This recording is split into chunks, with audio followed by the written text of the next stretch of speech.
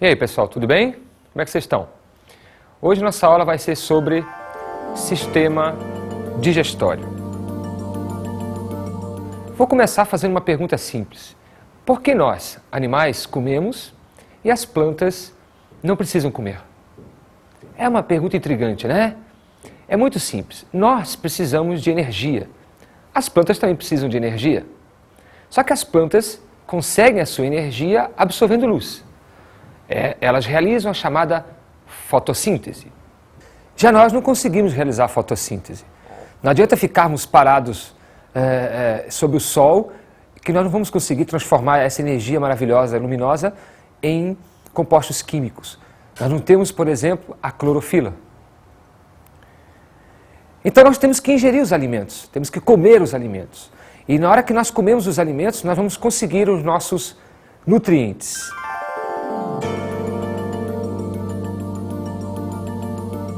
E o que seriam os nutrientes? Os nutrientes seriam substâncias químicas que vão satisfazer as necessidades da célula. Para que servem os nutrientes? Os nutrientes servem para construir a célula. A célula ela tem que se compor de alguma coisa, de compostos químicos que estão dentro dos alimentos. Então toda vez que eu estou comendo um pão, que eu estou comendo macarrão, que eu estou comendo feijão, né? Eu estou conseguindo, um bife, né? Eu estou conseguindo ali obter nutrientes, as substâncias químicas que vão compor aquele alimento.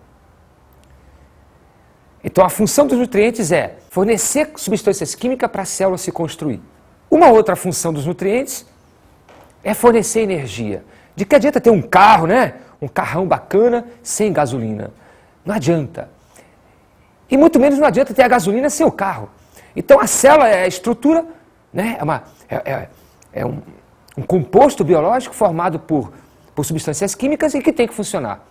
E para funcionar tem que ter energia. E a energia vem justamente dessas substâncias químicas chamadas nutrientes. Quem são os nutrientes? Você já deve ter ouvido falar, eu já te dei essa aula um dia, em proteínas, carboidratos, lipídios e por aí vai. Então os nutrientes são essas substâncias. São os carboidratos, que têm como fama, né, que tem como função importante fornecer energia para a célula. Quando eu estou comendo pão, eu estou conseguindo carboidrato, eu estou conseguindo glicose para que a célula funcione. Um outro tipo de nutriente são os lipídios. Você conhece eles pelas gorduras, pelos óleos, pelo colesterol. E os lipídios são famosos pela sua função energética de reserva. O corpo, por exemplo, de um animal, só gasta lipídios quando falta açúcar. Faltou açúcar, gasta lipídios. Por isso que ele se acumula na forma de gordura, né? Tranquilo? Uma outra função dos lipídios é a função estrutural. Por exemplo, o colesterol está compondo hormônios, o colesterol e os fosfolipídios estão compondo as membranas das células. Enfim, então é necessário que a gente consiga obter lipídios para construir células e para fazê-las funcionar quando faltar açúcares. Um outro nutriente importante são as proteínas, que tem fama, né, de serem os grandes tijolos, né, das células. As proteínas estão envolvidas com a função estrutural, a função plástica. Sem proteína não há vida, não tem como se organizar, porque as células não se constroem, membrana não se constrói, citoplasma não se constrói. Mas as proteínas não têm só função plástica, tem função hormonal, tem função imunológica, enfim. As vitaminas também são exemplo de nutrientes, né, que vão ativar as enzimas, um tipo de proteína. Sem as vitaminas, muitas enzimas não funcionam e os metabolismos, né, as células não conseguem trabalhar, não conseguem funcionar. E morremos sem vitaminas. Então podemos dizer o seguinte, nós temos que comer para conseguirmos os nutrientes. E os nutrientes então posso dividir em alguns grupos.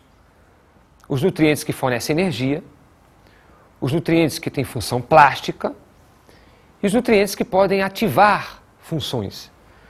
Nutrientes que vão ativar funções são nutrientes ricos em vitaminas. Se você quer complexo B, por exemplo, te alimenta mais à base de carnes, à base de peixe, por exemplo. Se queres vitamina C, te alimenta mais à base de frutas, verduras.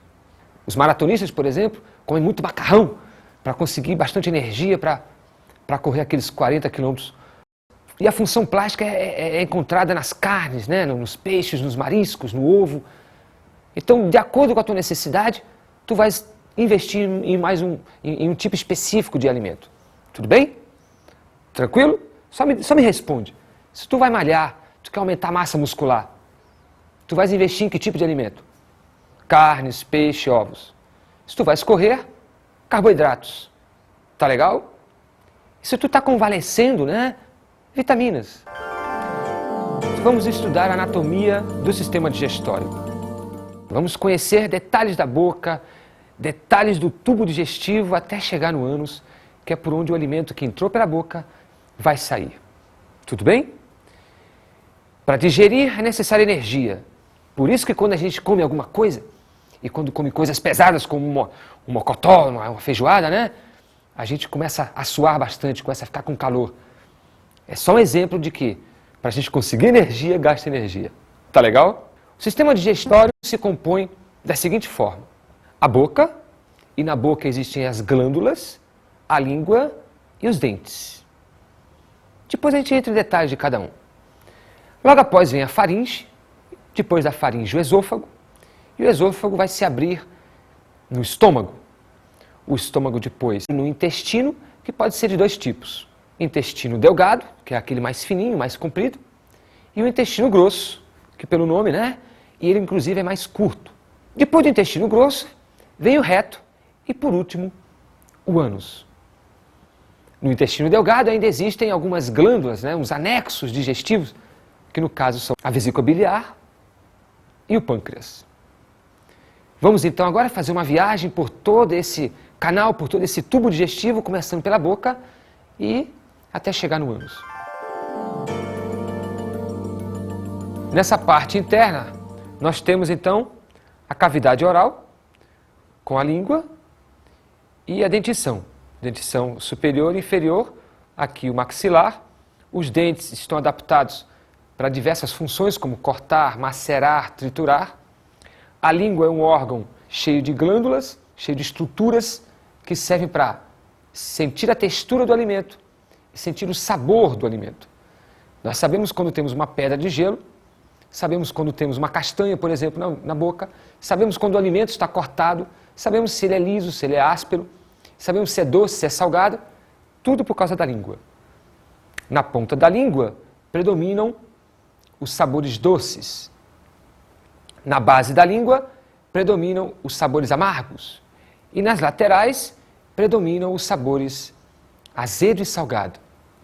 No centro da língua existem papilas que vão sentir a textura, as papilas filiformes. Elas é que vão te ajudar a diferenciar uma coisa lisa, de rugosa, de áspera, enfim. A cavidade oral vai agora se conectar com uma estrutura chamada faringe. E a faringe também é comum à cavidade nasal. Então nós temos a cavidade nasal e a cavidade oral, ambas ligadas por esse ducto, esse caninho pequenininho chamado de faringe. Essa faringe agora vai se conectar ao esôfago de um lado e à laringe do outro. Uma vez que a faringe se conectou com o esôfago então agora vai se ligar ao estômago.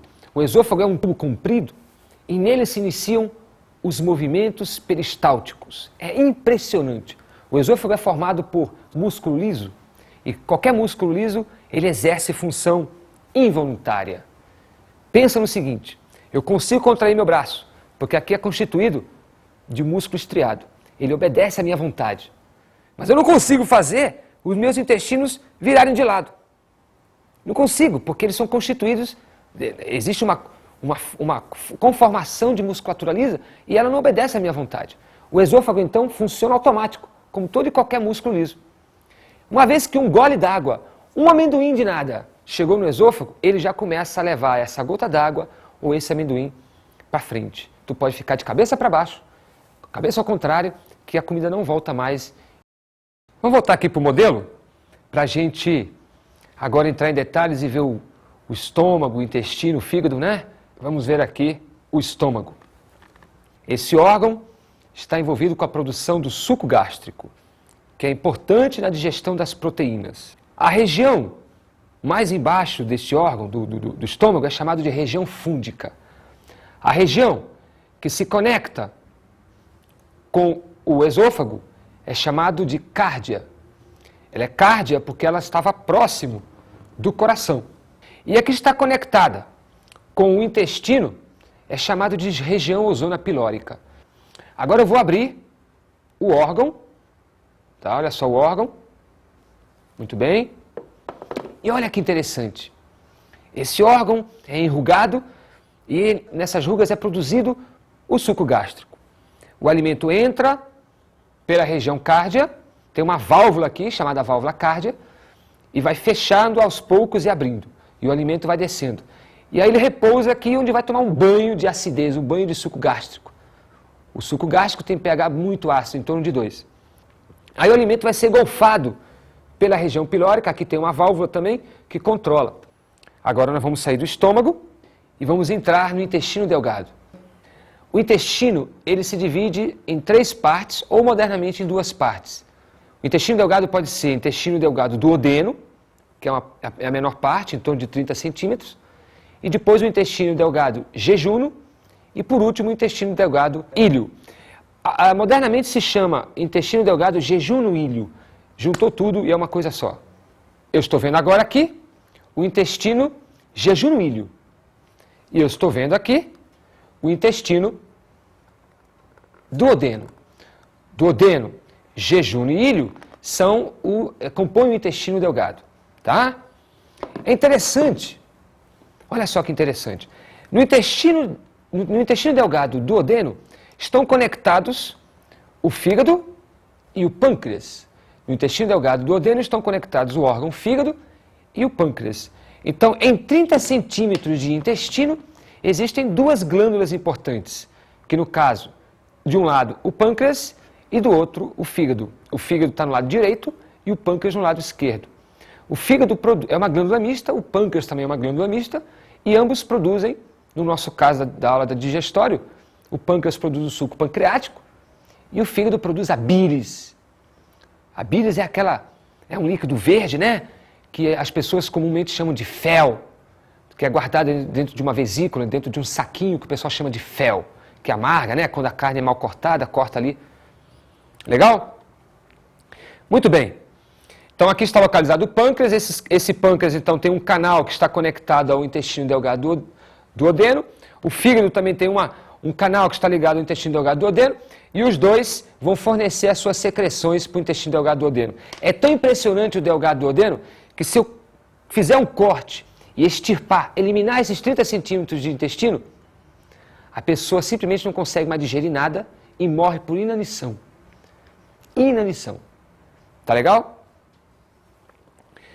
O fígado tem aqui, olha só a posição do fígado, ele fica desse modo. O fígado, vou virar agora, tá? Ó. Ele tem a vesícula biliar, que está aqui desenhada em verde. A vesícula biliar, ela é uma estrutura sacular que vai estar conectada ao fígado e nela é guardada a bilis, que não tem função enzimática. Presta atenção, eu não estou falando de suco digestivo biliar. A bilis não é um suco digestivo. É uma substância como um detergente, por exemplo, que vai dissolver as gorduras. Este órgão é extremamente importante na vida humana. Este órgão é extremamente importante no sentido de que ele tem mais de 20 e poucas funções. Só para citar algumas. O fígado é responsável pela desintoxicação. Quando as pessoas estão intoxicadas por algum motivo, remédios, álcool, drogas, etc., é o órgão fígado que vai tentar transformar essas substâncias extremamente tóxicas em menos tóxicas. Sem fígado, em menos de 3 dias, tu estás morto. Totalmente intoxicado. Uma outra função é produzir a bilis. Uma outra função é produzir o colesterol. O colesterol também é produzido pelo fígado. E este órgão peculiar, ele tem a capacidade de regeneração muito grande. Se eu dividir o fígado em 3 partes, tá?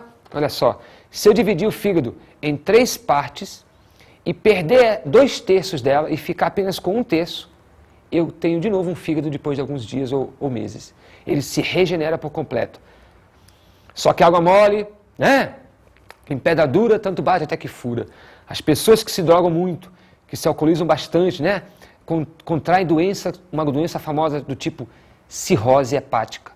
O fígado perde células, as células se regeneram, o fígado perde células, elas se regeneram até que chega um momento em que as células não conseguem mais se regenerar, acontece um distúrbio hepático, não consegue se regenerar e morre. Gente, só uma curiosidade. Voltando aqui ao pâncreas, esta glândula produz um hormônio muito conhecido no meio, que é a insulina, que lá no sistema endócrino você vai ver que a falta dela causa uma doença chamada diabetes. Então é aqui, ó, que é produzido a insulina. Na aula de hoje estamos falando da função pancreática digestiva, que é produzir o suco pancreático. Mais uma informação, a função do jejum no ilho é absorção. A digestão acontece aqui e as moléculas, os alimentos são quebrados até o nível molecular e aí o alimento passa então para a corrente sanguínea neste órgão. Aqui as proteínas, os aminoácidos, os monossacarídeos, como glicose e companhia, tudo passa para a corrente sanguínea. Então eu digo que o intestino jejum no ilho é responsável pela absorção da maioria dos nutrientes. Mas observem o intestino grosso. O intestino grosso, tá? Totalmente sinuoso, mas ele é bem mais curtinho e bem mais eficiente. No intestino jejum no ilho, aquele que a gente acabou de ver ainda há pouco, a absorção era dos nutrientes, dos aminoácidos, da glicose, etc. No intestino acontece a absorção da água e dos sais minerais. Nós temos aqui o intestino grosso ascendente, está subindo. Temos aqui o intestino grosso transverso, aqui o intestino grosso descendente, o intestino grosso sigmoide, que é um S, e mais aqui para dentro, o reto, e lá no fundo, entre as nádegas, o ânus, que é um esfíncter, é uma válvula muscular muito parecida com a cárdia, muito parecida com a pilórica. Tudo bem? A válvula anal, ou o esfíncter anal, obedece às nossas vontades. É constituída de músculo estriado, músculo que obedece à vontade. Então, quando a gente está com vontade de ir ao banheiro, por exemplo, a gente consegue segurar, né? Está no trabalho, está dando aula, por exemplo, e a gente consegue, né? Segurar ali e tudo fica feliz, tudo fica bom. Aliás, eu vou te mostrar porque nós sentimos a necessidade de ir ao banheiro, ou seja, a necessidade de evacuar. Porque este aqui é o reto, tá? Vejam que fica perto da genitália, tá? Este reto, então, se enche de fezes, que é o bolo fecal, e conforme ele vai esticando, vai dilatando, porque vai enchendo de fezes, está cheio de sensores, cheio de terminais nervosos, e a partir de um certo volume, o sistema nervoso, o cérebro, interpreta como, bem, se não sair, vai estourar. E aí o esfíncter anal abre e a gente então evacua as fezes que agora vão ser utilizadas por uma planta, por exemplo. Tá? Vamos agora falar um pouquinho dos sucos digestivos. Vamos sair da parte anatômica e vamos entrar numa parte mais fisiológica, né? Vamos saber como é que funciona a digestão propriamente dita, a quebra das moléculas. A saliva é um dos sucos digestivos, produzidos na boca por glândulas salivares. O outro suco digestivo é o suco gástrico, produzido pelo estômago. Um terceiro suco digestivo é o suco pancreático, produzido pelo pâncreas. E o último suco digestivo é o suco entérico, produzido pelo intestino delgado. Reparem que eu não falei na bílis, ela não é um suco digestivo, mas integra o conjunto de secreções, junto com os sucos digestivos, que vão ser importantes na digestão do alimento. Vamos aqui no cartaz, para a gente ver, né, melhor o que eu estou falando. Olha só. Observe aqui então o comando do cartaz, né, secreções, enzimas e tal. Estou falando que a saliva é conhecida como cuspe, né? Ela se compõe pela enzima amilase salivar, também chamada de pitialina, e vai quebrar o amido em substâncias menores, chamadas de disacarídeos, que são, no caso, representados aqui pela maltose. Tudo bem? A saliva é produzida na boca, especificamente nas glândulas salivares. Nós temos glândulas salivares aqui embaixo das bochechas, ao lado, né, chamada de parietais, embaixo da mandíbula, chamada de submandibulares. Essas seriam as nossas principais glândulas. Ainda temos, por exemplo, duas embaixo da língua, chamadas de sublinguais. E a saliva, uma curiosidade, ela muda de textura, muda de solubilidade, de acordo com a vontade que nós temos de comer.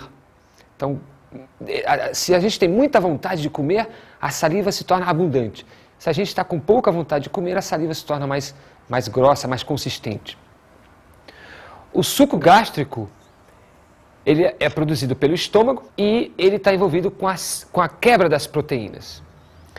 O alimento sai da boca, totalmente misturado pela saliva, que tem pH neutro, e aí vai chegar no estômago, e essa substância neutra, ou seja, essa mistura de saliva com alimento neutro, não vai funcionar no estômago. As enzimas estomacais não funcionam em meio neutro. E aí o que vai acontecer? O estômago começa a produzir uma substância química chamada ácido clorídrico. Esse ácido clorídrico, ele tem pH 2 ou em torno de 2, extremamente ácido. Essa acidez toda vai fazer com que as enzimas que são agora produzidas no estômago entrem em atividade. E agora o alimento que chegou neutro, neutralizado, com pH em torno de 7, vai estar agora acidificado. Nesse estágio, o alimento chama-se quimo. No processo de quimificação, o alimento então sofre a acidez. Por isso, quando a gente tem ânsia de vômito, o alimento chega até aqui na boca, chega uma coisa azeda, né? Acidificada. Nós dizemos que aquele é o alimento no estado de quimo. O suco gástrico se compõe de pepsina, que é a principal enzima gástrica, e a principal enzima na quebra das proteínas. Posso te garantir que se você não tiver produção de enzima pepsina, suas proteínas não vão ser quebradas e nada mais que envolve proteína vai ser efetivo. E sem as proteínas a gente não consegue construir uma membrana sequer celular, quanto mais uma célula inteira.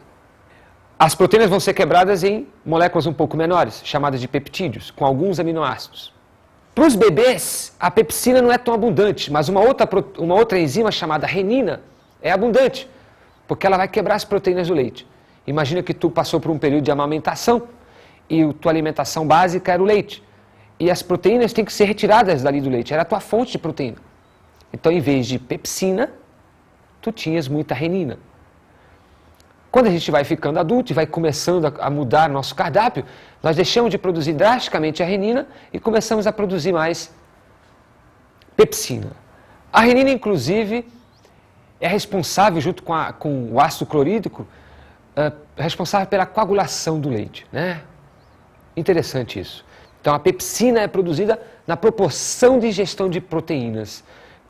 Uma pessoa muito grande consome muita carne, precisa de mais de proteína, então tem muita pepsina. Essa é uma relação interessante. O suco pancreático aparece como um dos mais notáveis dentre os sucos digestivos. É de extrema importância esse suco. Ele ataca em várias frentes. Ataca os carboidratos, ataca as proteínas, ataca os lipídios. É muito importante. Observem que interessante. O suco pancreático se compõe de várias enzimas, das quais se destacam essas aqui. A amilase pancreática, todo amido que não foi digerido na boca, ele vai agora ser digerido pelo suco pancreático. Temos a tripsina, que é uma enzima parecida com a pepsina, que vai ajudar na quebra das proteínas. E a lipase pancreática, que vai destruir, né, vai quebrar os lipídios. Então observem que essas três enzimas aí têm grande destaque. A tripsina é uma enzima, assim como a pepsina, que são produzidas de modo inativas. Elas são chamadas de pepsinogênio, lá no estômago, e no caso do pâncreas, tripsinogênio. Elas não podem ser produzidas ativas, porque quando elas estão passando pelos canais, até chegar no órgão final, elas vão começar a destruir as proteínas todas que estão tocando. Assim, elas são produzidas inativas, não funcionam, e quando chegam no lugar certo, elas começam a funcionar.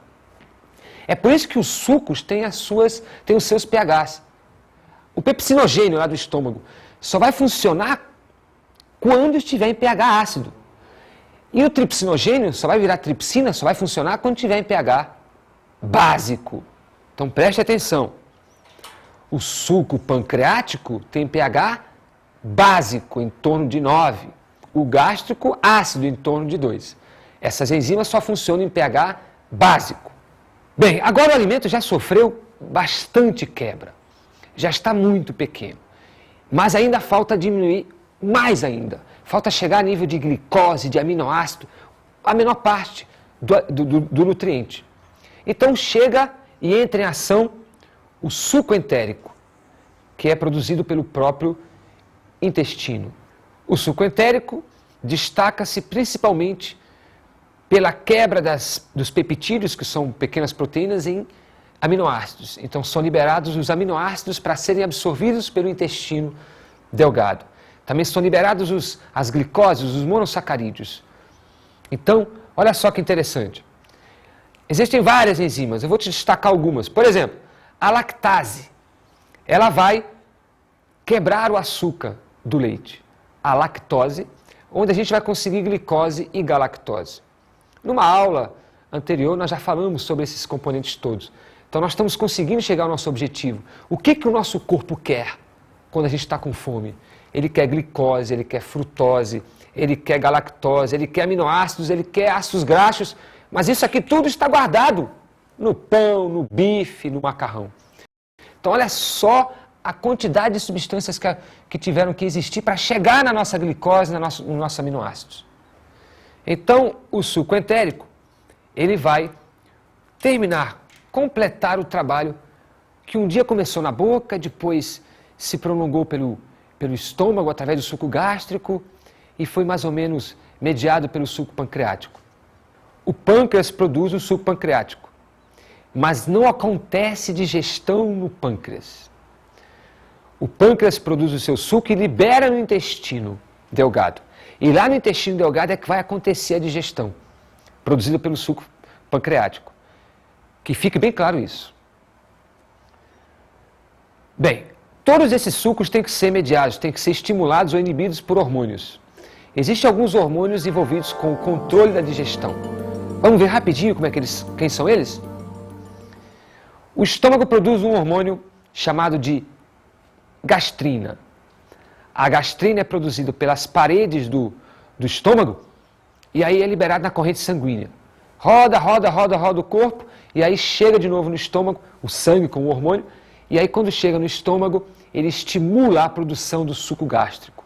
O estômago produz a gastrina, que é um hormônio que estimula a produção do suco gástrico. Essa gastrina é produzida sempre que a gente sente o cheiro da comida, ou o gosto da comida, ou pensa em comer. Ou a comida chega no próprio estômago, bate lá, então esse hormônio é liberado para que o suco gástrico seja produzido. O intestino delgado duodeno produz mais alguns hormônios interessantes, envolvidos com a digestão. A secretina é um deles. Ela é produzida, liberada na corrente sanguínea, como todo e qualquer hormônio, e aí quando chega na corrente sanguínea do pâncreas, estimula a produção do suco pancreático. Especificamente, a secretina estimula a parte do suco pancreático equivalente ao bicarbonato de sódio. É esse bicarbonato de sódio que vai permitir com que o suco pancreático tenha pH alcalino. Um outro hormônio, o CCK, que quer dizer hormônio colecistoquinina, ele vai também ser liberado na corrente sanguínea e quando chegar no pâncreas, vai estimular o pâncreas também a liberar o suco pancreático. Mas que parte do suco pancreático? A parte enzimática. O suco pancreático se compõe, então, pelo bicarbonato de sódio e por enzimas. Quem estimula a liberação de enzimas é o CCK. Quem estimula a produção do bicarbonato é a secretina. Em outras palavras, para que as enzimas lipases possam quebrar as gorduras, é necessário primeiro que as gorduras sofram a ação da bilis, que vai dissolvê-las para depois sofrerem a ação das lipases. Agora vamos ver as doenças digestivas.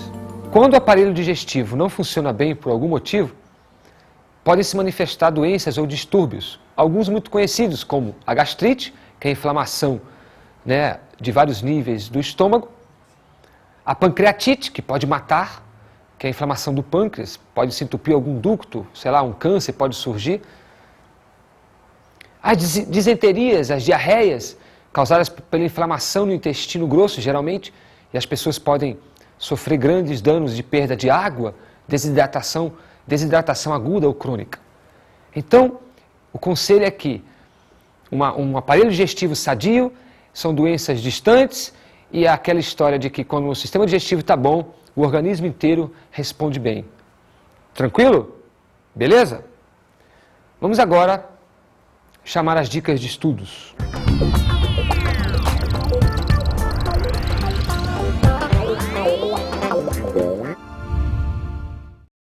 Como dicas de estudo, eu sugiro que tenha atenção a alguns componentes anatômicos, como conhecer um pouquinho o intestino, conhecer um pouquinho o estômago, o pâncreas e o fígado. Detalhe também para as principais enzimas digestivas.